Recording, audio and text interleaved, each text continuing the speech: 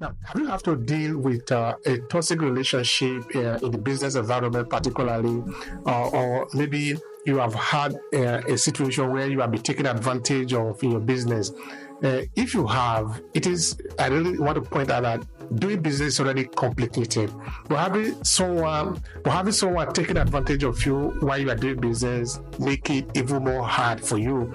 So for that, it is important that you know what to do, how to identify this individual who are just there for the purpose of preying on you. There are a lot of people that are out there in the business environment. They see what you are doing. Their intention is not only to work with you, they are there to take advantage of you. That is some of the things that we'll be referring to as toxic partnership in the business environment. There are many of them out there. But do you know how to identify them? Do you know what to do when you happen to find a toxic person or a toxic partner in your business ecosystem? This is what we're going to be talking about today with Amanda.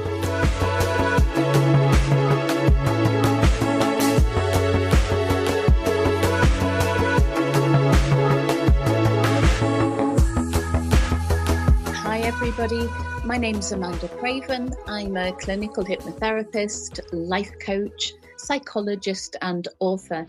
And I specialize in helping entrepreneurs and leaders break free from toxic relationships, from emotional trauma that are impacting on their life. And that can be their business life, it can be their personal life, because as an entrepreneur, if you're impacted by something, your business is going to be impacted by something. So my goal is to help my clients find joy and success, both in their business and in their personal life. All right, thank you so much. I appreciate that. And that is actually a lot that we're going to cover today. I really love that kind of approach to that we have a lot that people are going to benefit from. And now, how we start here is that we usually spend some time talking about the guests that we have here. In this case, is you. So do you want to tell me a bit about your infancy? Where did you grow up? What do you remember of your young adolescent? Yeah. Okay. So, currently I live in North Yorkshire in the United Kingdom. I've led quite a nomadic life. I was born in London, lived in the northwest of England, studied in Birmingham.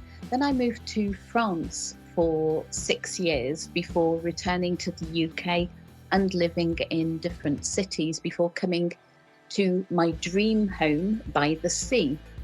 So this was a long-term dream that I had. My childhood was quite ordinary in many ways.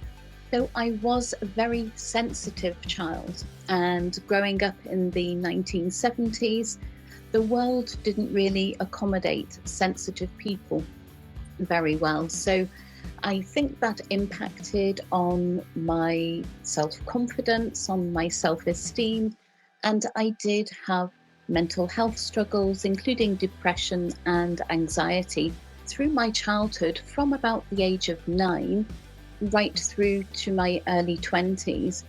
So I think this was where my interest in mental health and helping people started to take form. All right. Thank you so much for that sharing. So what do you remember of those, let's say, the difficult time in your life? Tell me about how the people around you sort of interacted with you, what you did to be able to come out of it, because now you are helping people to sort of overcome some of those challenges. Life is not always perfect. Life is not black and white.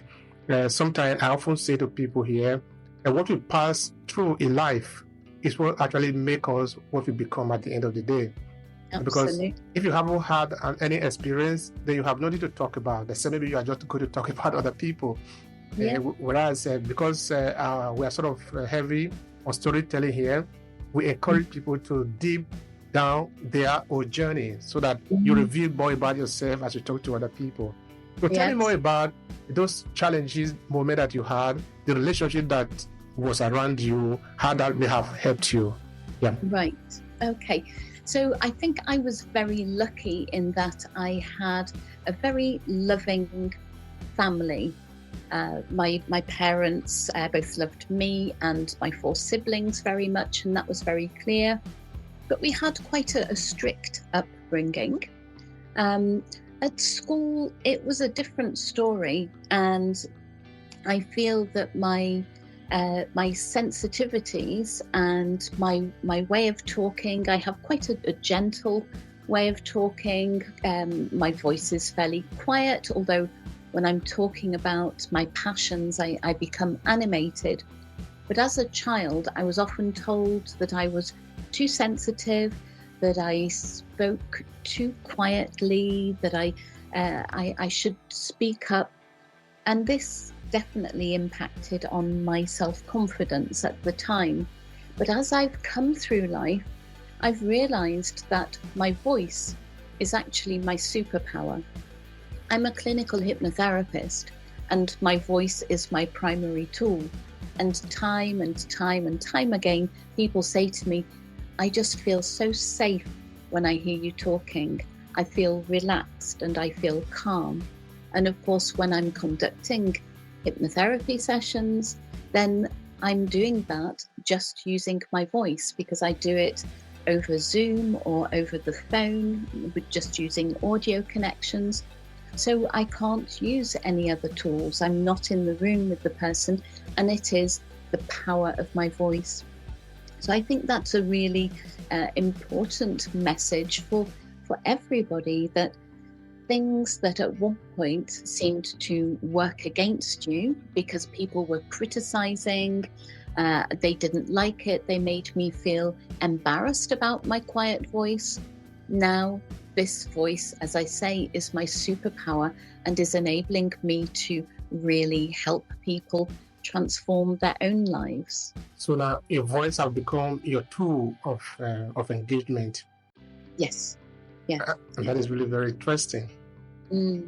Yeah. All right. So did you have to develop your ability to really hone in on your voice? Or do you, at what point did you realize that your voice, because your voice can actually be looked upon in different ways.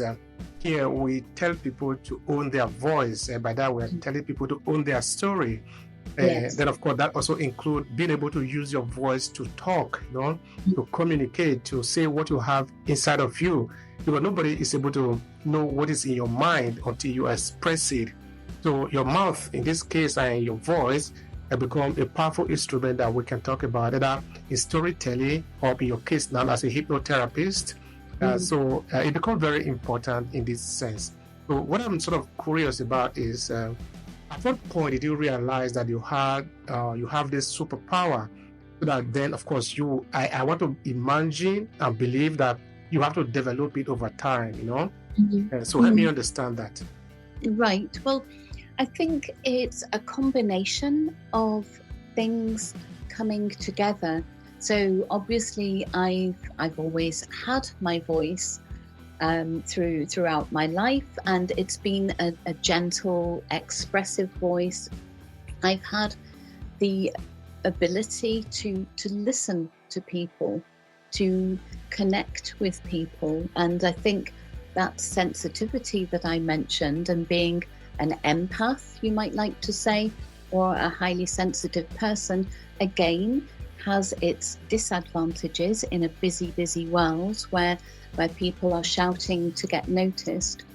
But it also is, in a way, another set of superpowers, because when we listen, and it's only when we listen that we can understand other people, we can connect with them, because we're listening to their story and we're able to put ourselves in their shoes.